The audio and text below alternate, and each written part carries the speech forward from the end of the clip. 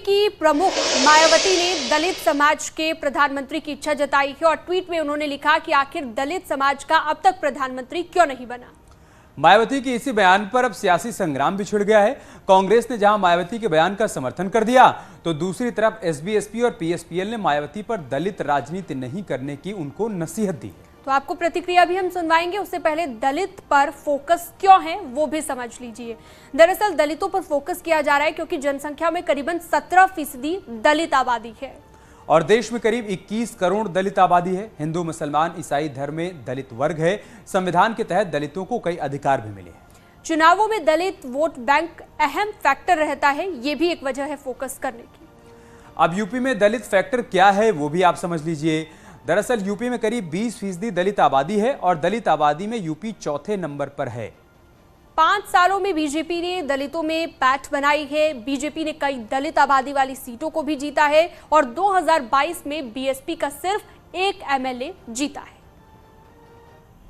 दलित प्रधानमंत्री का जहां तक सवाल है, अगर मायावती जी साथ दें, साथ चलें, तो मैं कह सकता हूं कांग्रेस अपना एक कोई दलित प्रधानमंत्री दे सकती है, परंतु चुनाव में साथ तो दे। भाजपा की जाने अनजाने जो मदद हो जाती है उससे भाजपा सशक्त हो रही है और वो है जो ना आपको राष्ट्रीय अध्यक्ष देंगे, ना राष्ट्रपति देंगे, जो जिस तरह दिया था मायावती जी को अच्छी तरह मालूम है, और ना अपना राष्ट्रीय अध्यक्ष। भारतवर्ष एक लोकतांत्रिक देश है और इस लोकतांत्रिक देश में कब किसको कहाँ बैठने का अवसर मिलेगा, यह लोकतंत्र में देश का मतदाता जनता की अदालत के माध्यम से तय करने का काम करता है। जब ऐसा कोई समय आएगा देखा जाएगा। उन्होंने कल मदरसे पर ट्वीट किया, सवाल उठाए, आज दलित प्रधानमंत्री की बात की। क्या लगता है कि दलित मुस्लिम गठजोड़ तैयार करना चाहती है और बीजेपी कैसे मुकाबला करेगी? देखिए, अभी कोई ऐसे मुकाबले ट्वीट से मुकाबले नहीं होते, जनता के बीच में जाना पड़ता है। हम लोग जनता के बीच में जनता की सेवा करते हैं। उत्तर प्रदेश एक बड़ा राज्य है और बहन जी का अगर पुराना रिकॉर्ड उठाकर देखा जाए, 2017 का रिकॉर्ड उठाकर देखा जाए, 19 का देखा जाए और 22 का देखा जाए, तो उससे बड़ी पार्टी सुहेलदेव भारतीय समाज पार्टी है। अब सुहेलदेव भारतीय समाज पार्टी जिसको चाहेगी देश का पीएमओ बनेगा। बहन जी का जो वोट बैलेंस था, दलित वोट, उसमें भी बड़े पैमाने पर टूटन हुआ और वो कहीं न कहीं बीजेपी के साथ शिफ्ट हो गया। तो अपने वोट बैलेंस को बहन जी बचावें। दलित राष्ट्रपति आपने देखा, पूरे देश में पहली बार हुआ कि देश के प्रधानमंत्री जी और राष्ट्रपति के पद पर उत्तर प्रदेश से लोगों से वोट मांगा गया और लोग महामहिम राष्ट्रपति के पद पर, हमने खुद सुहेलदेव भारतीय समाज पार्टी 6 मतदाता ने वोट किया और पहले आदिवासी महिला को हमने राष्ट्रपति चुना। तो कांग्रेस पार्टी ने हमेशा से दलितों के साथ अन्याय किया है, पिछड़ों के साथ अन्याय किया है और आदिवासियों के साथ धोखा किया। प्रधानमंत्री की नियुक्ति में हमेशा योग्यता, सार्वजनिक प्रतिबद्धता और अन्य हर वह चीज देखी जाती है जो लोकमानस पर स्पष्ट प्रभाव डालती है। वहां सिर्फ जाति देखना, मुझे लगता है कि भारतीय लोक जीवन का अवमूल्यन है। और अब यूपी में दलित फैक्टर क्या है वो भी आप समझ लीजिए। दरअसल यूपी में करीबन 20% दलित आबादी है और दलित आबादी में यूपी चौथे नंबर पर है। 5 सालों की बात की जाए तो बीजेपी ने दलितों में अपनी पैठ बनाई है। बीजेपी ने कई दलित आबादी वाली सीटों पर जीत दर्ज की है। 2022 में बीएसपी का एकमात्र एमएलए जीता।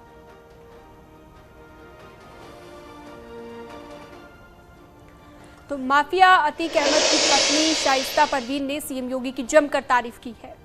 पहले अतीक ने तो अब पत्नी शाइस्ता परवीन ने सीएम योगी को बहादुर बता दिया और ये सब इसलिए कि वो सीएम योगी से मिलना चाहती हैं।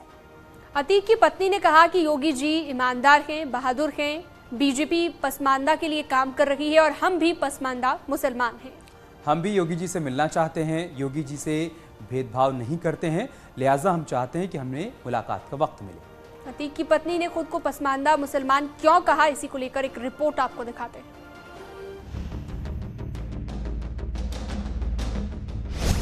बीजेपी का पसमानदा प्लान हिट हो रहा है।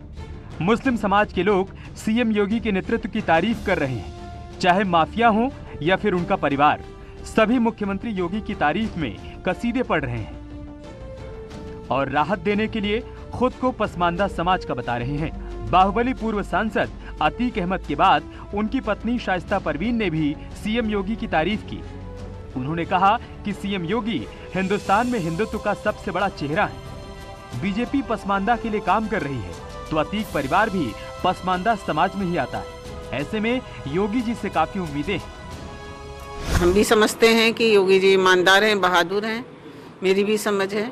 और बीजेपी की अभी तक बीजेपी की जो है वो पसमानदा मुसलमानों को लेकर कार्रवाई चल रही है, तो हम भी पसमानदा हैं। अभी मिलना चाहती हैं? हम भी मिलना चाहते हैं। शाइस्ता परवीन ने खुला पत्र लिखकर सीएम योगी से गुहार लगाई है कि बिना भेदभाव के मुलाकात का वक्त मिले। उन्होंने खुद के पसमानदा मुस्लिम समाज के होने के नाते सीएम योगी से मुलाकात के लिए समय मांगा है। शाइस्ता परवीन ने कहा कि सीएम योगी सबके मुख्यमंत्री हैं। इससे पहले अतीक अहमद ने भी सीएम योगी की तारीफ की थी और मुख्यमंत्री को बहादुर बताया था, जिससे दो मैसेज पूरी तरीके से साफ हैं। एक तो माफिया में डर का माहौल है और दूसरा बीजेपी का पसमानदा प्लान हिट हो रहा है। देखिए, योगी आदित्यनाथ एक बहुत बहादुर मुख्यमंत्री हैं। देखिए, योगी आदित्यनाथ एक बहुत बहादुर मुख्यमंत्री हैं। माहौल सियासी है, ऐसे में माफिया भी खुद को विपक्ष से अलग करने को तैयार है। जेल से आजादी की ख्वाहिश है और जुर्म के दलदल से खुद को निकालने की जुगात में है। ऐसे में सीएम की तारीफ और खुद को पसमानदा बताना तो लाजमी है। भले ही इन सब के पीछे अतीक परिवार के जो भी स्वार्थ हों, लेकिन शाइस्ता परवीन का बयान एक बार फिर उस ओर इशारा कर रहा है कि बीजेपी ने जो रणनीति बनाई है वो विपक्ष पर हावी है और निकाय चुनाव हो या फिर आने वाला लोकसभा चुनाव, दोनों में बीजेपी को बम्पर फायदा मिलने वाला है। हम भी समझते हैं कि योगी जी ईमानदार हैं, बहादुर हैं, मेरी भी समझ है। और बीजेपी की अभी तक बीजेपी की जो है वो पसमानदा मुसलमानों को लेकर कार्रवाई चल रही है, तो हम भी पसमानदा हैं। अभी मिलना चाहती हैं? हम भी मिलना चाहते हैं। बीजेपी के पसमानदा प्लान से मुस्लिमों के कल्याण की झलक अब दिखने लगी है। निकाय चुनाव में मुस्लिम समाज के लोग बीजेपी से टिकट मांग रहे हैं, चाहे दलित समाज के लोग हों या फिर अल्पसंख्यक। सभी ने अपना अपना रुख बीजेपी की तरफ कर लिया है, लेकिन इससे पार्टी को कितना फायदा मिलेगा ये तो आने वाला वक्त ही बताएगा। Bureau report, news 18।